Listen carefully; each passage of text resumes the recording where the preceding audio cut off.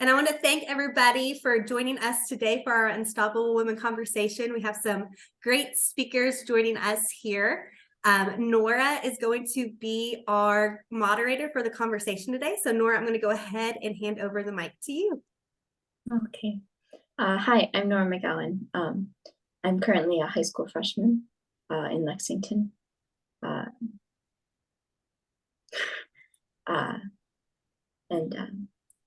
Can you each say like who you are, I guess, and like what you do? Sure. Emily, you want to go first? Sure, yeah. So my name is Emily Walter. I am a graduate student and a full-time staff member at Morehead State University. I'm a mission operations engineer and the flight director on Lunar IceCube. And I'm also an RF engineer working on a variety of projects with the 21-meter dish at Morehead. My name is Jackie Caudill. I'm a retired teacher. I taught for 30 years, mainly middle school English language arts.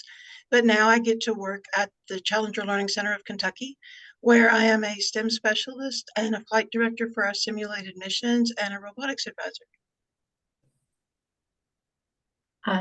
That's so cool. So you guys obviously you're both doing a lot. How would you say you tend to like balance your career, personal life, and passions? Do you want to go, Em? You want me to?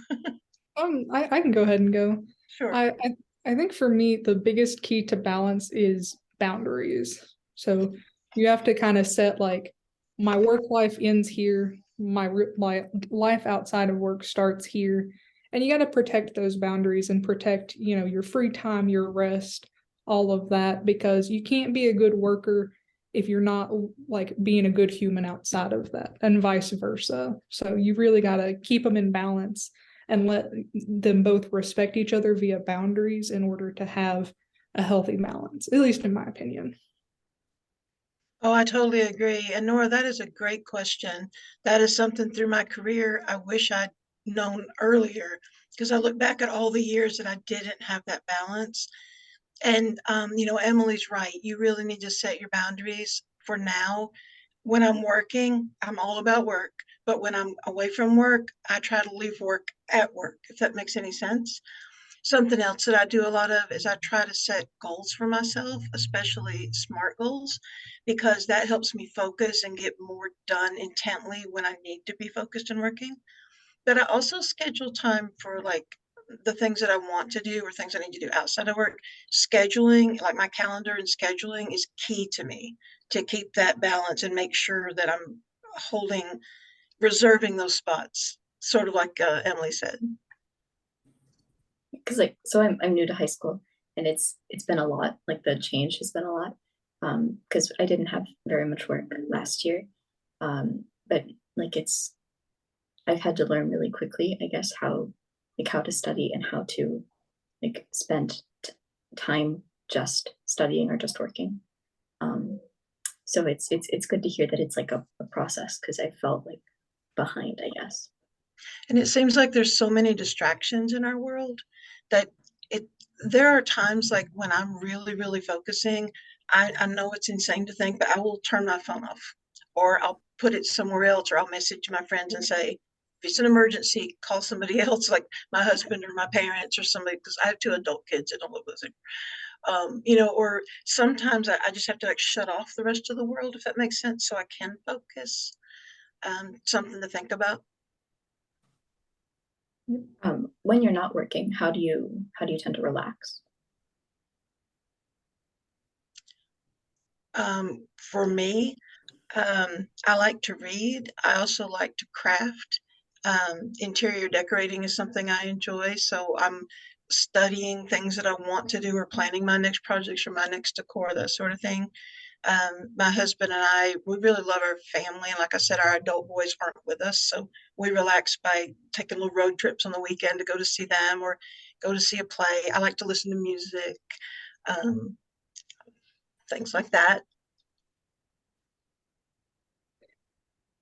I think I've got a lot of overlap with you to spend your time outside of work, because like I love reading, especially like fantasy and science fiction works, and I love to knit and crochet. And I also love video games. I pretty much, I'm not the kind of person that can do like hobbies in moderation. I go like full force into a hobby and it's my favorite thing for 6 months and then I pick something else up. Yep. This isn't really relevant, but who are your favorite authors? Mine personally, I really love I'm gonna butcher his name, but Cixin Liu and Brandon Sanderson. So Cixin Liu wrote the Three Body Problem, and it's a really great science fiction work. And then Brandon Sanderson wrote he writes a lot, but he main thing is the Stormlight Archive. So I've recently forced my dad to read Mistborn. excellent. What would you guys say, like career-wise or like personally, is your greatest accomplishment? Go ahead, Emily. I honestly am not sure. Like I guess I kind of have to say like the launch of the satellite that I worked on as a flight director, but That I was guess cool. like it is really cool, but I guess you become a little like numb to it all. It's like it's your job. It's what you do every single day. So it loses a little bit of its coolness factor, but that's easily like the grandest scale thing I've worked on and one of the things I've had the most fun working on.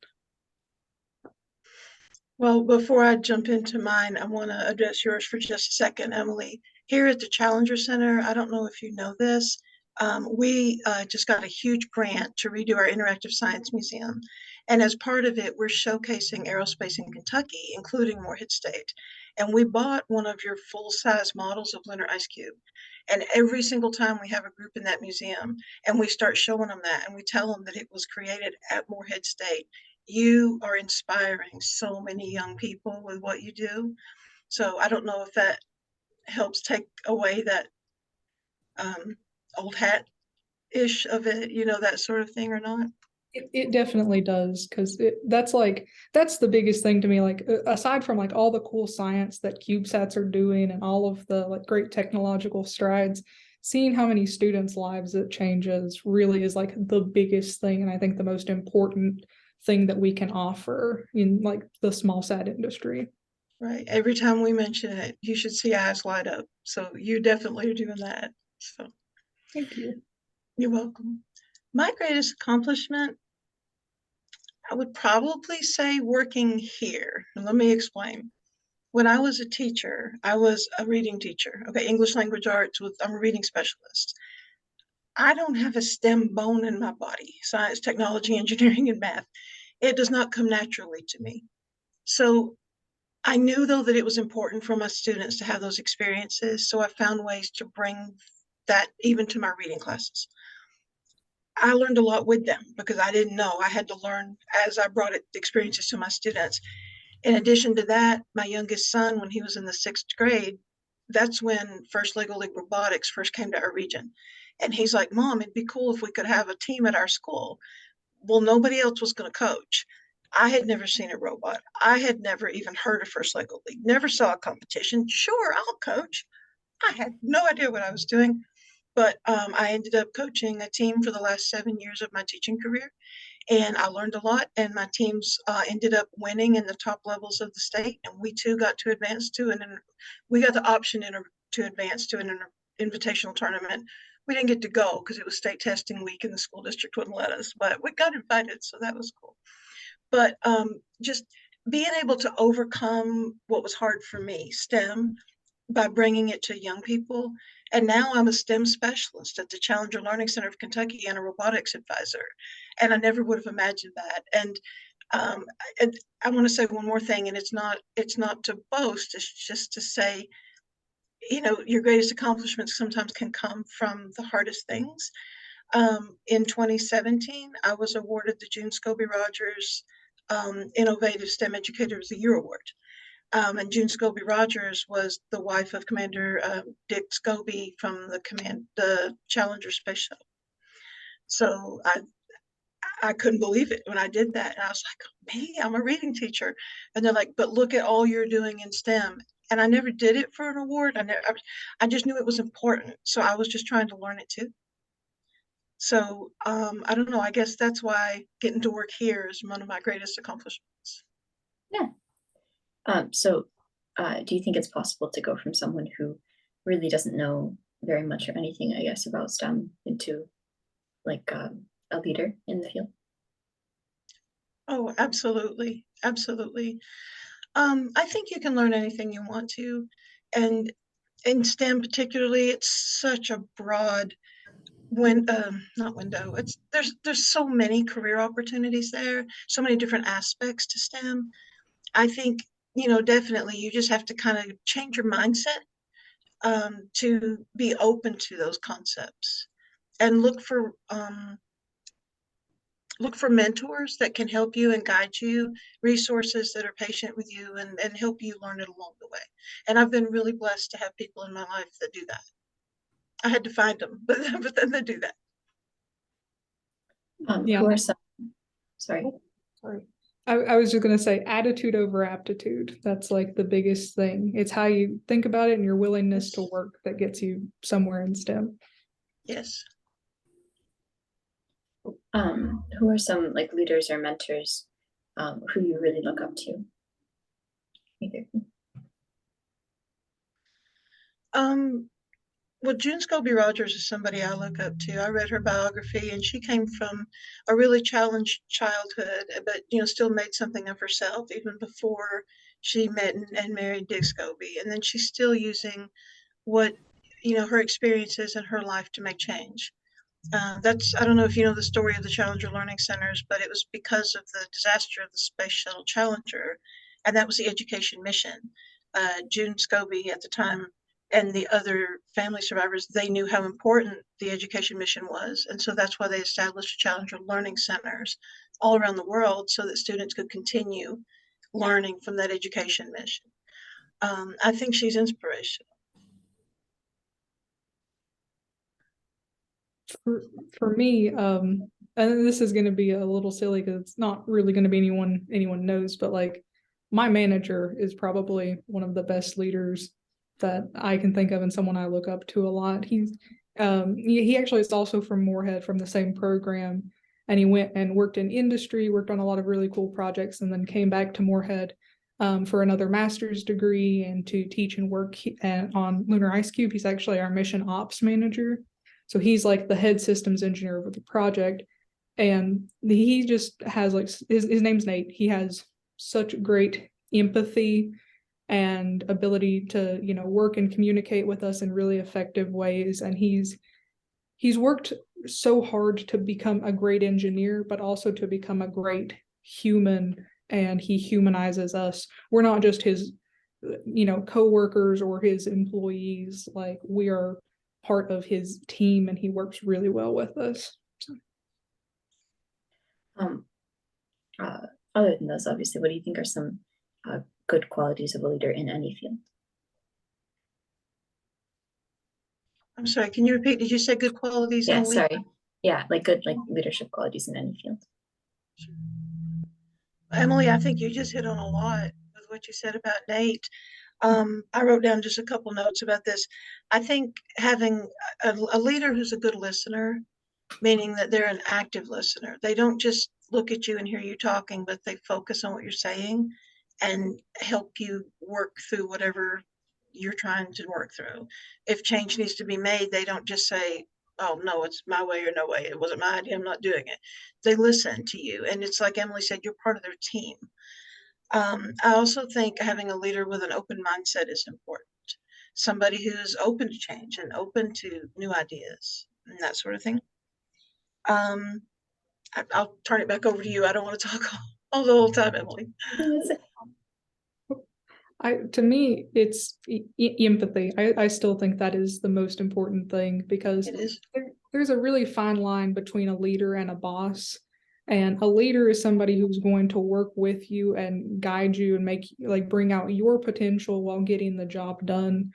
And where a boss is just going to boss you, like tell you what to do. And I think that empathy and humanizing the people you work with and helping them reach their goals is some of the best things that you can ask for in a leader. Absolutely. I'm sorry. Yeah, absolutely. I feel like things like that also make like really good teachers.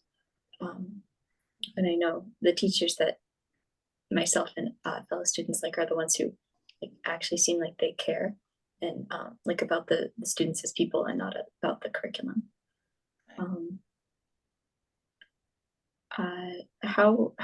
So you guys are in slightly different parts of STEM, obviously, but how have your like respective fields changed in the last 5 years? You want to go? Oh, yeah, so I think that there have been a lot of changes. In the past like decade, miniaturization is such an important part.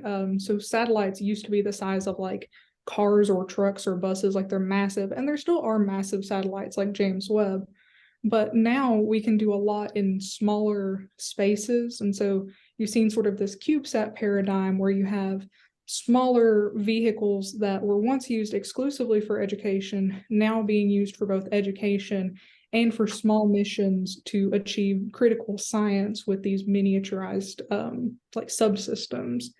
With that, also sort of autonomy and autonomous thinking in spacecraft. So things like AI and machine learning are really aiding both the development of spacecraft, the like navigation and control of them, but also there are a lot of great applications for the actual sensors and how to detect things that maybe don't shake out of the data with just one sensor suit or one data set. So In my field, I work with space science too, but not like Emily. I'm still in the education aspect of things. So I know one of the big things that's happened in the past 5 years, actually in the last couple of months, is Artemis 1 launched. And I think that this is going to be the start of a whole new STEM, lots of things STEM. But right now, what I've seen in the past several years, and it might be that this has been when my career has changed, or it might be it actually this was a change. I think STEM is becoming more accessible to students. I think students are becoming more aware of not only, oh, it's science, technology, engineering, math, but what that means and the careers that are involved and the traits and the skills that it includes. And I think they're starting to see themselves in those fields. Like in Eastern Kentucky, I don't know if it's like this where you guys are from, but in Eastern Kentucky, a lot of students feel like, oh, space science, that's cool, but that's somebody else. That's people from here don't do that. Well, they do that, and they do so many other things too. So I think they're starting to become more aware of the options for them in the STEM realm, if that makes sense. I think like people in Kentucky, because of like I guess the perception of them, it's often like we get told that we can't do as much, but it's ridiculous. How do you think your respective fields are going to continue to develop in the next maybe 10, 15 years? You want to go, Em, or you want me to? Either way.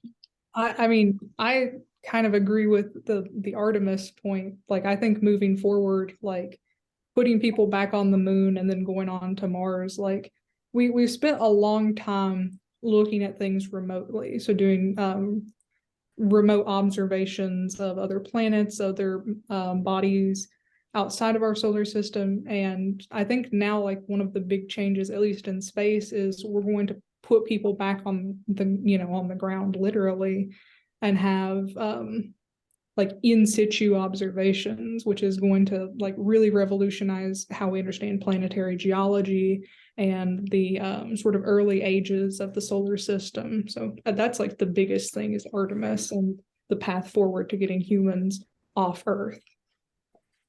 Right. And again, with my realm of looking at things from the education standpoint, Artemis means that there's going to be a lot of careers created. They're going to need somebody to handle the garbage in space. They're going to need people, because this time when we go back to the moon, we're going to stay. We're going to build a habitat and they're going to stay and learn what they can use what they learned there to learn how to survive on Mars. And then they're going to go to Mars, where we're going to need people to do jobs there too. And we're going to need people on Earth to do jobs to help those other people go. So I think that and that exploration and what that means for our planet is just going to open up the career field. And I think engineering is going to be huge. Yeah, Artemis, it's really interesting to me, and I haven't always been someone who's like super fascinated by like STEM, but it's like just the I guess the concept of people on the moon is it's really it's magical almost, and I love that it's named after a female goddess. So relatedly, why do you think it's important for girls to pursue their interests in STEM and to be represented in STEM? Go ahead. I mean, I really think that the biggest thing is just logistics. It makes no sense to me to look at half of your population and decide basically on a coin flip, like this half can't do any of these things. You're missing out on half your physicists, half your engineers, half your, virologist, working against the next pandemic. You're fighting against like half of your population and keeping them down when you could have all this extra help and all these people working on these tough problems, because the reality is no problems in human civilization get solved by a single person. That's just not how it works. You need groups, teams, and people working together. And the more hands you can have working on things, generally the better, because you've got literally more manpower and more woman power to throw at things.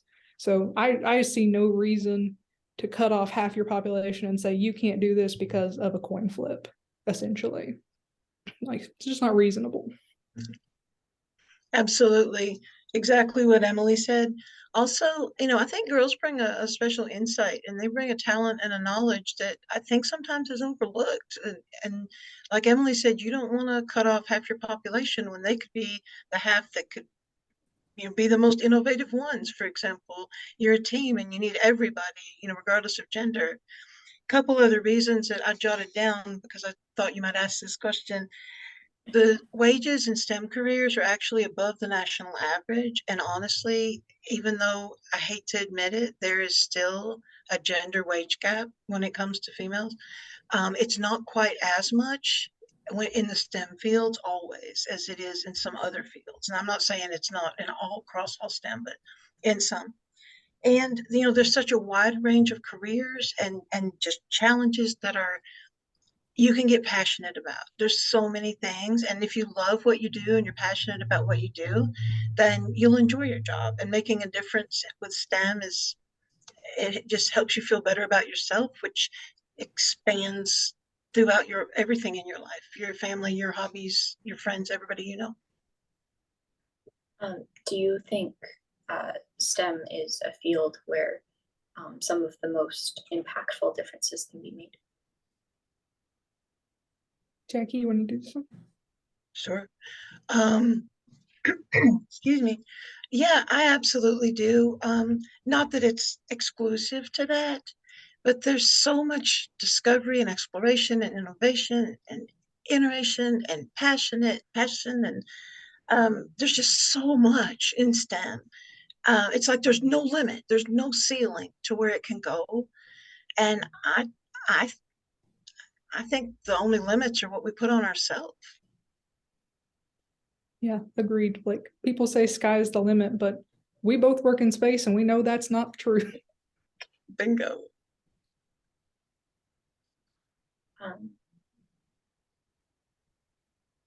Sorry, I thought you were talking. Right?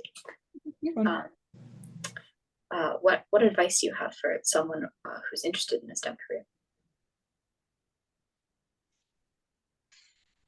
You want it? There's a lot of advice. If I could sit back down with teenage Emily and and tell her what to prepare for, I think the biggest things are, one is to get close with your teachers and to develop mentorship relationships, because you can learn a lot in a classroom, and you need theory for a lot of things, but you become really skilled and practiced at something by working with somebody who already knows it. I think also like math. Most STEM, you need a lot of math, and it's good to get comfortable with it and to not, kind of freak yourself out and panic about math, because it's just inevitable. And there's a lot of resources to help with it, but you gotta get comfortable with it to a certain extent. And the last thing really is just work hard. Like I said, I think STEM is attitude over aptitude. I don't think anybody is born a great engineer, but you make yourself a great engineer by working hard at it. That's easily like the most important thing, is how hard you're willing to work. It's like you said, you and I are in agreement. The first two things I wrote down are having an open mindset, which is your phrase, and working hard and persevering. That's the first three things that I wrote down too there. I think that advice, like if I had advice for myself when I was younger, for example, I would have told myself to not be afraid of those areas. I mean, I'm older than you guys, and I grew up in an era where the STEM careers were for the guys, and I never saw myself in that. And I wish I had. I wish somebody had said, you can do that. I loved teaching. I felt like it was where I needed to be for those 3 decades that I did it, and I don't regret 1 minute of it. And I love reading. So being a reading specialist, I might have chosen it anyway. And it turns out I overcame all that stigma and ended up working in STEM regardless. But yeah, work hard. Don't let people tell you that you can't. Find mentors, like Emily said, that can help you learn the skills you want. And whether it's becoming a chef or a baker, whether you want to work in the medical field or whether you want to work in space like us, maybe you want to be an auto mechanic or a welder, anything you want to be, you can be. And if you can find some mentors to help you along the way, guide you and help you learn that, like Emily said, people who already are good at it, that's great. Yeah. Sorry. I feel like a lot of my teachers this year, because it's, I guess, higher than last year, like a lot of them seem more like experts in what they do. And I think that's been really inspirational, I guess, to see people who like really truly know what they're doing, and this is kind of all they do, like professionally. But did you guys encounter any major obstacles while reaching your current position in STEM? Would you care to repeat that, Nora? I'm sorry. Sorry. Yeah. Did you encounter any major obstacles while reaching your current position? Oh, obstacles. Yeah, I didn't think I could do STEM. I mean, I kind of joke about it now, but it was a real deal for me. Math was like, I don't math and I can't do science. And then the director came, and when I was going to retire, the director here came to say, why don't you come work at, Challenger with me? I'm like, I don't do science. I can't do math. I'm not an engineer. Technology. No. It's like, oh, you'll be great. I took a leap of faith and I found some great mentors here. And it turns out I can do science and math and engineering and technology. So yeah, I think my biggest roadblock was my mental. I had to get past my own brain, telling me no, to say, yes, you can. It's really easy to be your own biggest obstacle. Like, you got to have that faith and that confidence that you can do what you set your mind to. Yes. Have to remind yourself that you are capable of this, you are capable of learning, and you are worthy, and you can be just as good at it as the next person. Mm-hmm. And when you've got that mindset, sorry, I didn't mean to talk over you, Emily. Go ahead. No, I'm just adding in, you got to fight that on 2 fronts. Like, you can't let yourself tear your own confidence down, and you can't let others. You got to put on your blinders. And because I had plenty of people tell me that I can't do it, that I shouldn't do it, that I needed to do something else. And that didn't matter. Didn't matter what they were saying, because it's not their life to live. Like, it's mine. And so I've got to make that call and decide, this is what I want, and I'm going to do it, and I'm going to work hard. So Right. And unfortunately, it seems like not everybody, but it seems like we live in a world that the more successful you are, the more people try to tear you down. And the more, like she said, you've got to put those blinders on and you've got to keep focused on your goals, surround yourself with the people in your life who are supportive. I guess like building from that, what do you think are going to be some of the greatest challenges for the next generation of female leaders, and what advice would you like to give them? Biggest challenges, again, I hate to say it, I think one of them is both conscious and unconscious bias, gender bias. I think a lot of people in our world still think women aren't as capable as men, especially in STEM fields. And it's like an upward battle to try to prove your place and that you deserve to be there and you can do just as much as they can do. Trying to get into the C-suite, like the CEOs, the CFOs, those sorts of things, if that's somebody's goal, it's difficult as women. Not impossible. And I say, it's going to happen, and the more and more companies are letting it happen. So persevere, work hard. Don't let people tell you you can't. You'll get there. Yeah, I agree with that. And I think part of it is like a big challenge is getting past those biases. But one day, and hopefully we do get past those biases, making sure we don't take a step back. Because it's like, I feel like equality is not something that is given by people, but it's something you've earned. Like women have had to fight for this. And I think that the hardest thing is going to be once it seems like that fight is won, I hope that women are able to hold their ground and to not cede any of that back, that we can maintain that and move forward in that as it should be. It's a good point. I mean, I guess it's like similarly to how you said you were like sort of numb to this satellite. We can't go numb or get, I guess, maybe too comfortable with the accomplishments of past women. So this is my last question, but on a lighter note, what are some recent STEM developments that you're interested in?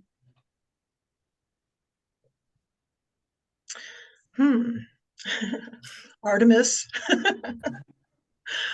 So many things about Artemis are intriguing, and Gateway. I don't know if you're familiar with the whole Artemis Gateway plan NASA has, but all of that is intriguing to me. And just there's like a never-ending plethora of information about it that I just find fascinating. Yeah, I agree with that. I think that I'm kind of two minds because I'm really interested in software and seeing how software is going to continue to affect like systems that were once completely hardware and are now moving to being almost entirely, if not completely, software. And I'm also really interested to see how we face the challenges of a lunar and just general off-Earth like living, because there are so many questions like, how do you do like additive manufacturing on the moon? How do you like make habitats and get fuel and sustain people in these really hazardous, dangerous environments? And I'm excited to see how people are going to tackle these problems, and I want to be part of it. That's why I'm here. So yeah, I was talking to an AI on the computer and I got so emotionally attached. So I had to stop. I had to step away. But I think it's really interesting how that's like it feels so sudden how it's like it's suddenly everywhere. And I want to see how that's gonna progress. Nora, can I ask, do you have career plans yet? What are your career aspirations at this point? I want to be a teacher, but multiple people told me not to. So, like multiple teachers. So, but I really love like history and like anthropology and stuff. So I want to at least study that and see if I could do something.